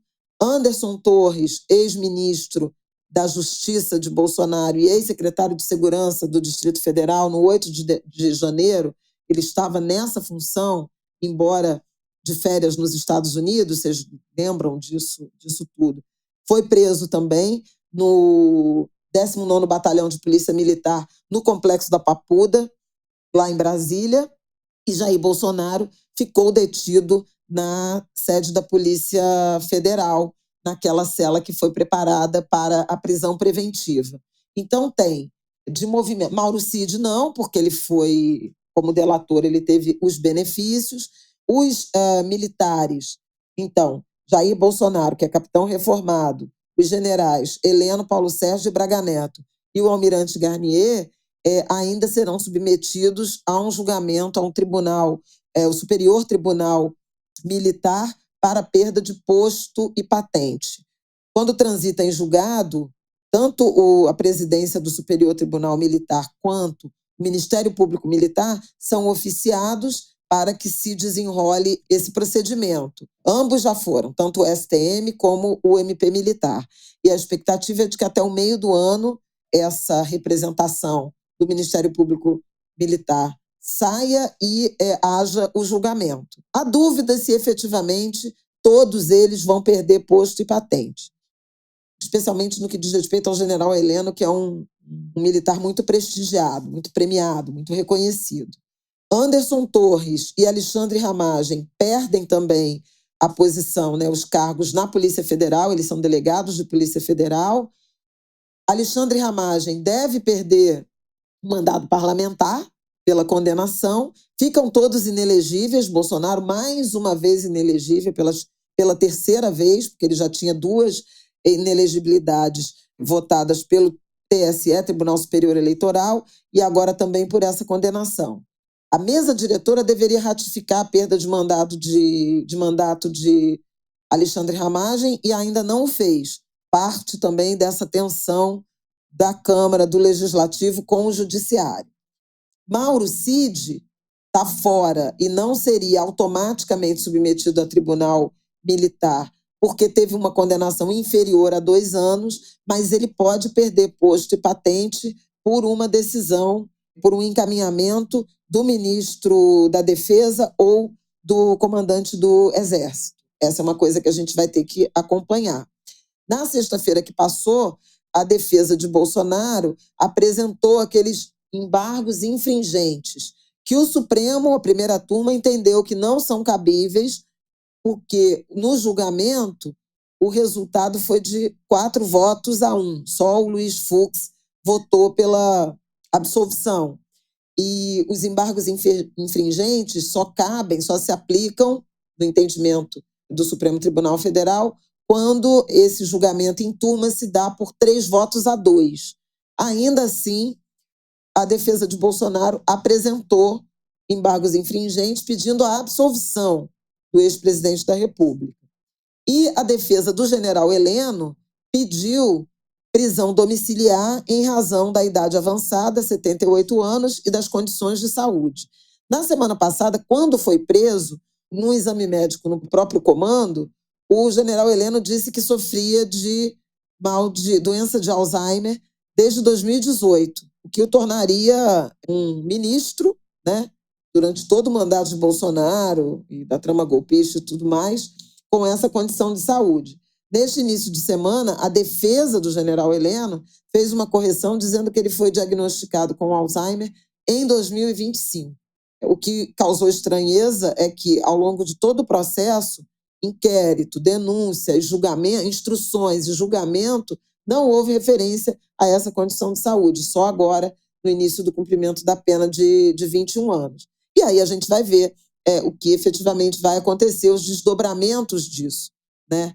Mas, efetivamente, a semana que passou, teve um dia histórico, que foi a prisão, né, consumada, trânsito em julgado, a execução da pena de um ex-presidente da República pelo crime, entre outros, de tentativa de golpe de Estado e tentativa de abolição do Estado Democrático de Direito, e de 3 generais e um almirante, oficiais de alta patente, topo das Forças Armadas, que se encontram presos também por tentativa de golpe e abolição do Estado Democrático de Direito, entre outros crimes. Então foi um dia histórico que honra, né, a democracia e os que lutaram e lutam pela democracia, que, no entanto, continua incompleta, né? A minha coluna de sexta-feira no Globo foi falando disso. Tudo muito bom, está tudo muito bem, de fato é importante, mas ainda falta, né? Seja do ponto de vista, inclusive, do sistema penal, seja do ponto de vista de outros acessos a direitos fundamentais que são assegurados, prometidos, determinados pela lei, mas que não são cumpridos historicamente. Eu acho que é isso. Bom, quer falar mais alguma coisa? Eu ia passar só rapidamente na COP, para a gente fechar ali o raciocínio que a gente deixou aberto na resolução, e na atualização da história da autoescola. Aliás, vou começar pela autoescola, que eu já falo de uma vez, depois eu emendo na COP, e aí você pega para a gente encerrar.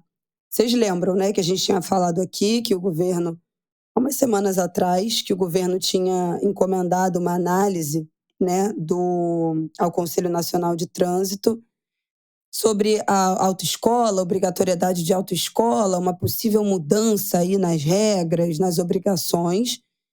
E nessa segunda-feira, o Conselho Nacional de Trânsito aprovou uma resolução que acaba com várias exigências em relação às autoescolas para obtenção da CNH. Essa norma passa a valer depois de ser publicada no Diário Oficial, a expectativa é que isso aconteça nos próximos dias. E aí, quais são as grandes mudanças? Bom, as provas continuam existindo, então você ainda vai precisar fazer prova teórica e prova prática para a obtenção da CNH, para motoristas das categorias C, D e E, que são veículos maiores, né, caminhão, ônibus, carreta e tal. O exame toxicológico também é uma obrigatoriedade, continua valendo, mas o que muda? As aulas teóricas vão deixar de ter uma carga horária mínima. Eu acho que atualmente são, não sei se 20 horas, eu já não sei mais, gente, porque realmente eu já fiz autoescola, eu acho que são mais. Atualmente, a carga horária obrigatória é de 45 horas para as aulas teóricas, e isso deixa de ser uma obrigatoriedade. Então, não tem mais carga horária mínima. As aulas vão poder ser presenciais ou remotas. Então, o candidato pode fazer uma aula por meio de uma plataforma oficial, né, do governo, tanto na autoescola, quanto em cursos EAD, quanto em outras entidades integrantes do Sistema Nacional de Trânsito. As associações, as empresas, as entidades que ministram a aula podem estipular livremente a duração, a estrutura, mas vão ter que seguir o conteúdo e as diretrizes, né, fixadas previamente pelo CONTRAN. Então, o conteúdo segue o mesmo e, de fato, deixa de ter uma carga mínima, mas é muito provável que elas continuem sendo oferecidas, né, por conta da prova teórica. Então, isso vai continuar dentro, é muito provável que continue no pacotão ali das autoescolas ou das novas entidades que vão poder ministrar nessas aulas. Também tem a atualização nas aulas práticas, que é aquela criação da figura do instrutor autônomo. Então, você não é mais obrigado a fazer aula prática em autoescola, você pode fazer com um instrutor autônomo credenciado, tá? A carga horária, hoje em dia, obrigatória de aula prática é de 20 horas, mínima, né? Mínima de 20 horas, e vai mudar para mínimo de 2 horas. Isso, a gente já falou, né, gente? É uma estratégia para que as pessoas que já dirigem, principalmente sem carteira, regularizem a sua situação. A gente falou já sobre isso aqui longamente no Ângulo de Grilo, em que a gente destrinchou essa história das autoescolas, enfim, da CNH. Mas o candidato que quiser fazer mais aulas pode, né, poderá fazer, mas a carga horária mínima muda para 2 horas de aula prática, podendo o candidato usar seu próprio veículo na aula prática, desde que esteja acompanhado de um instrutor, claro, e que o carro atenda, né, aos requisitos do Código de Trânsito Brasileiro. E ele também vai poder usar o seu veículo também na prova prática. Então, se você já tem veículo próprio, se você tem o carro, mas não sabe dirigir, vai aprender, você vai poder aprender já direto no seu carro. E se você já dirige sem carteira, você pode usar o seu carro nessas aulas práticas e também para fazer a prova. Bom, aí tem os requisitos dos instrutores autônomos. As provas continuam valendo, né? A prova teórica continua obrigatória, a prova prática continua obrigatória. E outra coisa que acaba é o prazo de validade do processo para tirar a CNH, a primeira CNH. Vocês sabem que tem 1 ano, né? Tem 12 meses entre você dar a entrada no processo, começar a autoescola e terminar, tirar a carteira. E muita gente acaba não conseguindo, especialmente se repete, né? Se não consegue passar na prova teórica ou na prova prática, perde o prazo de 1 ano e acaba tendo que pagar tudo de novo. Os milhares de reais de autoescola, tudo de novo. E agora, esse prazo, esse processo fica aberto por tempo indeterminado. Não tem mais um prazo que você precise terminar correndo para ser cumprido, porque senão você tem que pagar tudo de novo. Bom, é isso. Essa atualização eu queria deixar porque a gente tratou desse assunto e hoje, de fato, saiu essa nova resolução que passa a valer quando for publicada no Diário Oficial. E aí, para a gente fechar, eu queria falar da COP, né, Flávia Ol, que a gente tratou aqui das expectativas daquela primeira semana, mas não tratamos desse fechamento.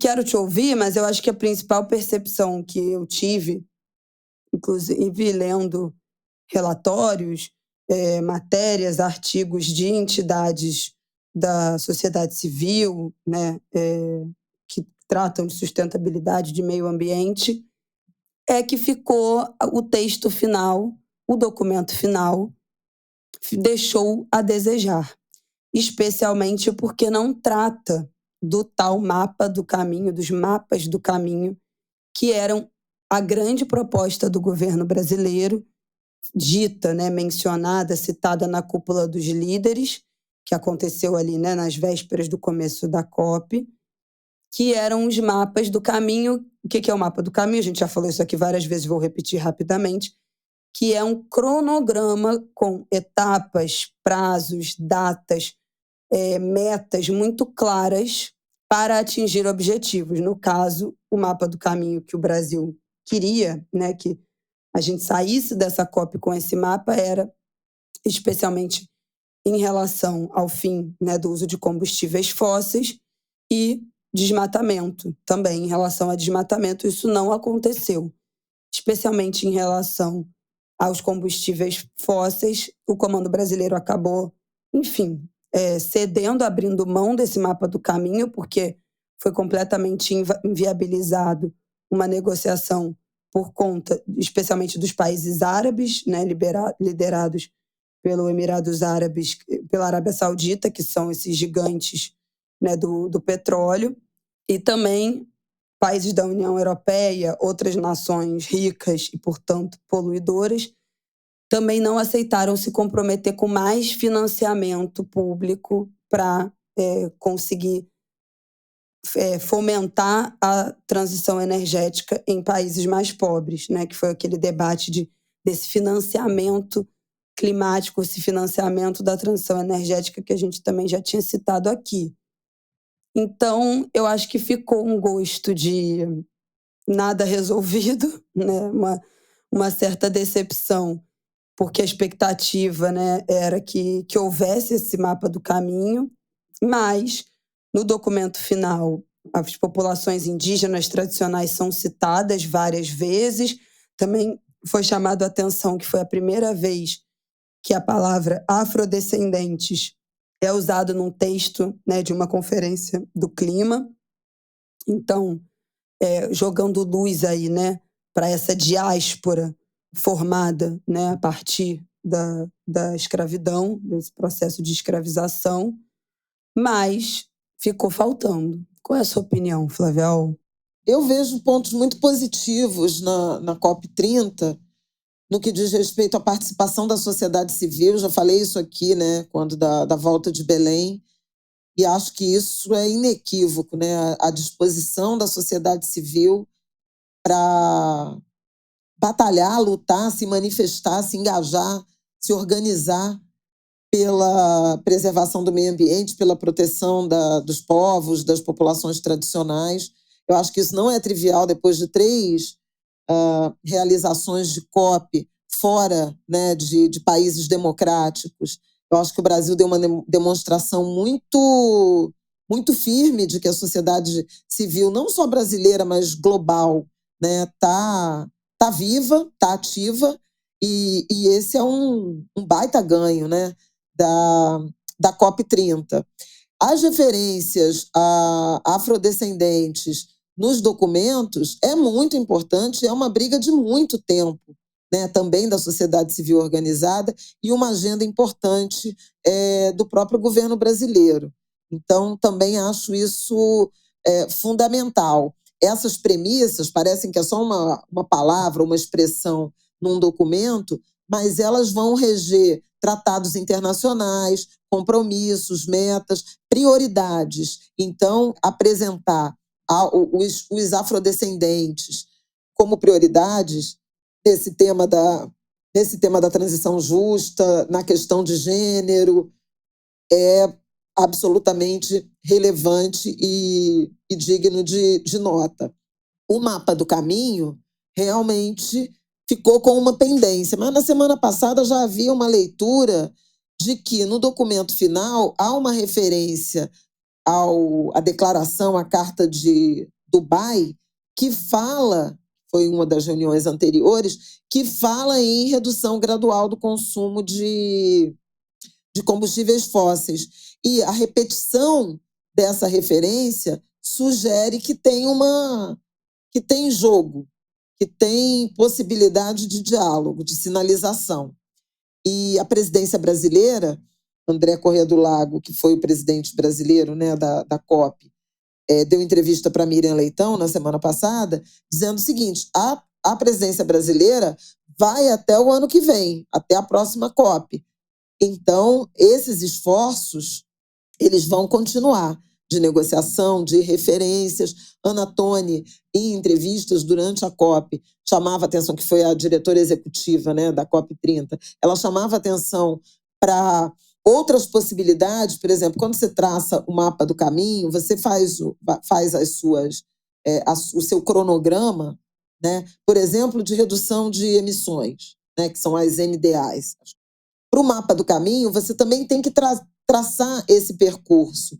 E há uma disposição grande, independentemente de uma referência mais ou menos explícita no documento final, de formar grupos para capacitação técnica de países menores, que não têm menor condição de se planejar e de estruturar né, uma trajetória de médio e longo prazo para abandonar os combustíveis fósseis. Então, assim, tem coisas acontecendo. De fato, poderia ter sido mais robusto? Poderia. Poderia ter sido mais enfático na direção da urgência que temos sobre essa agenda ambiental? Poderia. Mas é uma boa notícia o Fundo de Florestas Tropicais para Sempre, né, com a adesão de vários países, inclusive da Alemanha. A gente precisa levar em conta que um país importantíssimo, né, protagonista de tudo no mundo, não participou e ainda assim a conferência se realizou. Então dá para a gente olhar o copo meio cheio e dá para a gente olhar o copo meio vazio. Escolham os seus pontos de observação. Mas tem coisas que eu acho que vale a pena ressaltar. E acho que Belém ficou muito, muito feliz, né? O povo de Belém, o povo do Pará, a Amazônia, essa experiência amazônica, eu acho que fez muito bem a quem esteve na COP, a quem está verdadeiramente interessado nessa agenda. E acho que foi algo, o saldo final, em que pese algumas frustrações, ele foi positivo. E eu não vejo a hora de voltar a Belém. É isso, minha gente. Mais alguma coisa a acrescentar, Flavel? Não, amanhã também conhecida como hoje, né? 2 de dezembro é o Dia Nacional do Samba. Tem uma celebração no Santuário do Cristo Redentor, uma missa em homenagem aos 30 anos do Trem do Samba, projeto lindo do meu amigo, irmão Marquinhos de Oswaldo Cruz. Sábado, sai o Trem do Samba, é um evento imperdível, sai da Central do Brasil, né? É um projeto lindo que revive, né, o percurso que Paulo da Portela fazia na direção da Central do Brasil até Oswaldo Cruz, cantando samba, tocando samba, e lá são vários palcos, vários bares com rodas de samba, pelo menos palcos com shows de grandes nomes. É super bacana. Oswaldo Cruz completamente aceso, todo mundo na rua, caminhando, visitando um bar e outro. Vão grupos, né, de samba, de rodas de vários outros lugares do Rio de Janeiro, a roda do BIP, a roda, enfim, vários bares do Rio de Janeiro, espaços que têm roda de samba, grupos de roda de samba, ocupam as velhas guardas das escolas de samba, da Mangueira, da Portela, do Império. Então, assim, é uma festa tão bonita, eu super recomendo. E o trem sai, eu acho que é 7h02 ou 6h02. Tem uma concentração que é antes, que começa por volta das 2, 3 horas, com show ali na Central do Brasil, um palco montado. Todo ano é assim. E aí depois as pessoas vão se encaminhando para a estação e aí saem os vagões de trem. Cada vagão é mais ou menos uma roda, um grupo, e a gente vai batucando e cantando e confraternizando e celebrando até Oswaldo Cruz, e lá uma noitada maravilhosa. A última vez que nós fomos, tivemos show da Fabiana Cosa, maravilhosa, Martim da Vila. O Marquinhos de Oswaldo Cruz vai se apresentando em vários dos palcos, ele faz uma peregrinação. É um evento lindo, né? Já levei Isabela, Martin. Babadeiro. 4 palcos esse ano, hein, gente?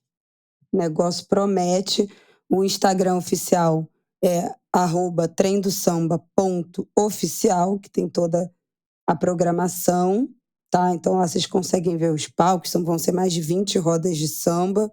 E aí, enfim, horário, programação, tudo certinha, já está sendo divulgada por lá. Sucesso. É isso. Bom, temporada carnavalesca, o samba rolando, né? Então vou lembrar que também no fim de semana agora, no sábado, tem os mini desfiles das escolas da Série Ouro, na Cidade do Samba. Isso. A entrada é 1 quilo de alimento não perecível, portões abertos às 3 da tarde, tá? Só no sábado, hein? Os mini desfiles no último final de semana foi sexta, sábado e domingo, mas da Série Ouro é só no sábado, dia 6. E aí a programação completa, os detalhes, tá lá no... Vão sair, ainda não estão, né? A ordem, os horários certinhos, mas eu acho bom ficarmos ligados no @Liga RJ Carnaval, que é a liga responsável pelas escolas e pelos desfiles da Série Ouro. E eu já posso Então, mais um antecipar final de semana que a minha diva Conceição Evaristo estará presente no desfile do Império Serrano, né? Escola que vai homenageá-la. Então, só por isso é imperdível. Quem quiser aplaudir Conceição Evaristo estará lá maravilhosa, desfilando pelo Império. Nós não estaremos, porque é aniversário do meu Janjo e a gente tem outra agenda, mas vale muito a pena, gente. Tem muita coisa bacana na Série Ouro 2026. É isso, Angulers. Aproveitem ensaios de rua, ensaios de quadra, a programação tá bombando. E, aliás, eu não sei se eu já falei aqui oficialmente, mas extraoficialmente já falei, tenho falado para todos os Angulers que eu encontro aí nas ruas, inclusive lá na Flup, que o nosso episódio sobre os enredos vai sair 23 de dezembro. Eu tinha falado, né, que ia ser 6 de janeiro. Fui tão massacrada. Mentira, mas é porque o carnaval esse ano é mais cedo. A agenda já tá bombando de carnaval, então a gente resolveu antecipar. E aí vocês vão passar o recesso de Natal, Ano Novo, ouvindo o nosso episódio dos enredos. Vai sair dia 23, a gente grava em breve. Ainda estamos pensando em fazer um especial para os apoiadores, para sair também no recesso, tá? Então, vem aí. Nossa, vai começar o nosso batidão de carnaval aqui no Angu. Um beijo, gente. Até semana que vem. Boa semana para vocês. E fui. Até semana que vem, queridos. Dezembro chegou. Ai, nem me fale. Tchau.